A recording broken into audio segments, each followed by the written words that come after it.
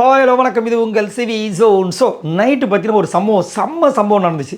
என்னென்னா கனிக்கு வந்து வேலையை பார்த்தீங்கன்னா இந்த பிக் பாஸ் வீட்டுக்குள்ளே வந்துட்டு கண்டஸ்டண்ட்டாக இருக்காங்க. ஓகே, ஆமாம். ஆனால் அவங்களோட முக்கியமான வேலை என்ன தெரியுமா? டாஸ்க் பண்ணுறது. இல்லை டாஸ்க்லாம் பண்ணுறது கிடையாது. வேறு சொல்லுங்கள். சமையல் பண்ணுறதுலாம் அடுத்ததுங்க. வேறு என்ன? விஜே பார்வதி கலாய்க்கிறது. விஜே பார்வதி அசிங்கப்படுத்த வேண்டியது. விஜே பார்வதி இந்த வீட்டை விட்டு வெளியே போனால் தான் அவங்களுக்கு சந்தோஷம். இதுதான் அவங்களோட முதலாய கடமை. சரிங்களா? அதை நீங்கள் நேற்று காலையிலேருந்து பார்த்தாவே தெரியும். என்னமோ வந்து அந்த பிக் பாஸ் வீட்டுக்குள்ள இவங்க மட்டும் தான் தப்பு பண்ணுற மாதிரியும், இவங்க வந்து கரெக்டான பர்சன் மாதிரியும், இவங்க பண்ணுற அட்டகாசம் இருக்குது பாருங்கள், ரொம்ப மோசம். அதுலேயும் குறிப்பாக பார்த்தீங்கன்னா ஏதாவது விஜே பார்வதிக்கு எதிராக ஒரு போராட்டம் பண்ணாங்கன்னா அதை அப்படியே நோட் பண்ணிக்கிறது. அதுக்கப்புறம் எஃப்ஜேக்கு எதிராக பண்ணும்போது அதை பற்றி வந்து இங்கே சொல்கிறது. இன்னும் அவங்க மட்டும் அப்படி, இவங்களுக்கு மட்டும் இப்படி. எப்பா இப்போ என்னென்னா, நேற்று ஒரு சம்பவம் நடந்துச்சு. திடீர்னு பார்த்தீங்கன்னா இவங்களுக்கு எதிராக வந்து பால் போராட்டம் டம்மான்னு வெடிச்சிருச்சு. அதில் வந்து வேணா வந்து என்னுடைய பால் எனக்கு கண்டிப்பாக வரணும், அது எப்படி நீங்கள் வந்துட்டு தப்பாக இது பண்ணலான்னு.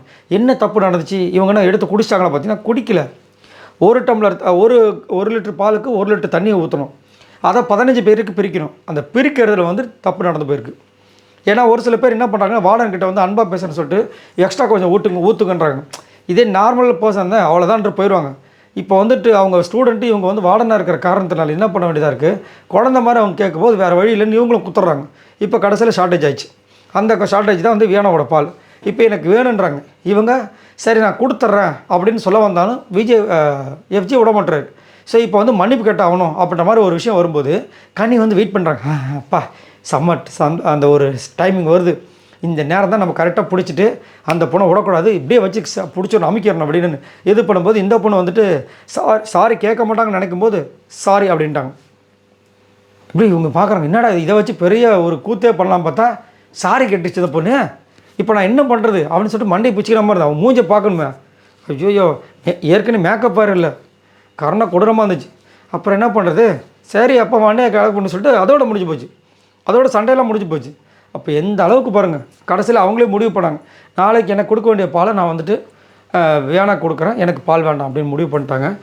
இவ்வளோ பெரிய விஷயம் சொல்லியிருக்காங்களே, நாளைக்கு யாராவது வந்து ஷேர் பண்ணுவாங்கன்னு நினைக்கிறீங்க? அப்படியே பண்ணிட்டாலும் அறுவடை செஞ்சிட்டாலுன்ற மாதிரி தான் இருக்குது. ஸோ நீங்கள் உங்களோட கருத்துக்களை சொல்லுங்கள்.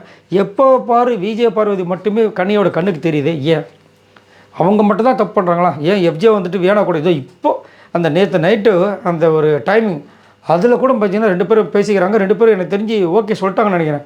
லவ்வை பரிமாறிட்டாங்க. அதுவும் இல்லாமல் உள்ளுக்குள்ளே சொல்லுவாங்க போல, ஏங்க 2-3 ப்ரொமோலாம் போட்டிருக்கேன், கொஞ்சம் லவ் பண்ணுங்களா அப்படின்ற மாதிரி சொல்லியிருப்பாங்களான்னு தெரியல. இவங்க பண்ணுற வேலைகள் இருக்குது பாருங்க. எப்பா வியானாவோட கேமே வேறு மாதிரி போயிட்டுருக்கு. சரி, இதை பற்றி உங்களோட கருத்தில் சொல்லுங்கள். கனி, விஜே பார்வதி இவங்க 2 பேரில் உங்களோட சப்போர்ட் யாருக்கு? மறக்காமல் கமெண்ட்ஸ் பண்ணுங்கள். பாய் நண்பர்கள்.